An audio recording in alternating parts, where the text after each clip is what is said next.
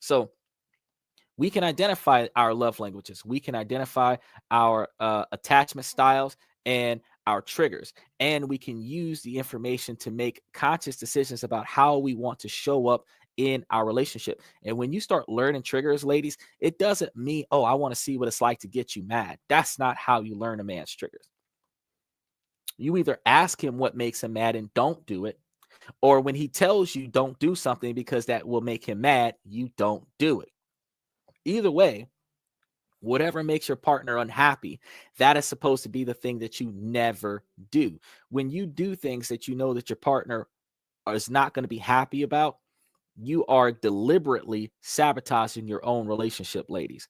Now, I understand that fellas are inconsiderate, so they're not going to be thinking about some of the decisions that they make potentially negatively impacting their partner. But the first couple of times that they do some stuff that they know that their partner doesn't like, or find out after the fact that their partner doesn't like it, that's going to be the thing where guys are going to be the ones that want to stay committed with this woman are going to be saying, man, I can't do that because she's going to get mad about this. Or if something happens in your presence and you know that you're going to get blamed for it by your girlfriend or your wife, man, I don't want to get into an argument with her because of what you're doing kind of situation. But never in a scenario where you're trying to maintain a happy, healthy relationship do you deliberately say, you know what, I'm going to do this because I know it's going to piss her off.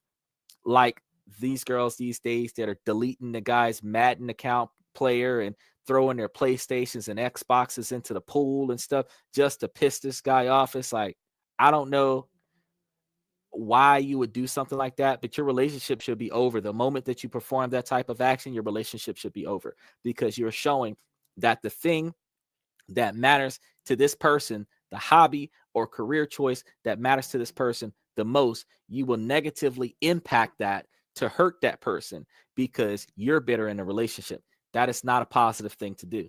If you're not able to communicate in a relationship, then leave.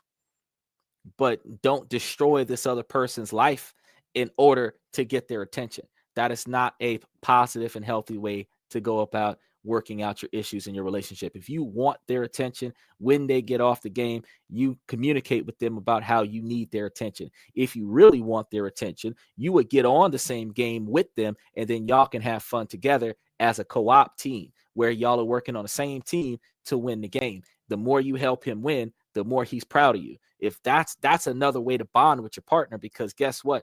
If quality time is y'all being in the same place at the same time, he doesn't have to communicate with you to be expressing the love language. So you just being in the room watching him play the game will make him happy, but you will feel ignored. So if you want to get his attention, you are going to have to do something that he will be able to see. Because the same way, if a man wants to get a woman's attention, he is going to have to do something that she is going to be able to see. So, what are some ways we can invest in our love lives? One way is through self-improvement. When we take the time to work on ourselves, we become better partners, better communicators, and better lovers. Another way is through date nights and intentional activities that foster connection and intimacy. We can also invest in our communication skills, learn activity, learn active listening, because learning activities is one, but learning about active listening, assertiveness, and conflict resolution techniques that helps us navigate the ups and downs of the relationship. The possibilities are endless, and the returns on the investment can be life changing.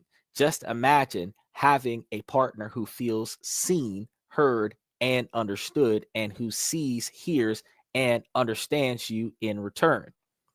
Just imagine having a relationship that's built on trust, respect, and open communication, where both partners are committed to growth and evolution. Think about this. I was just yesterday, and you're not even going to believe this. You know how you get into a relationship and both of y'all got bad credit? You know that one of those financial discussions y'all could have is building up each other's credit. And the way you would do that is by authorized user accounts. What you could do is one of you can get a secure credit card. Add your partner on as an authorized user. Don't issue them a card though. But whenever that card reports, it reports on both of your credit scores. Then you have the other partner who didn't get the secured credit card. They can go and get one and then add the first person on. So let's say you did this where one person grabbed a $500 credit card and added both people on. Now you got now both of you got a $500 credit limit.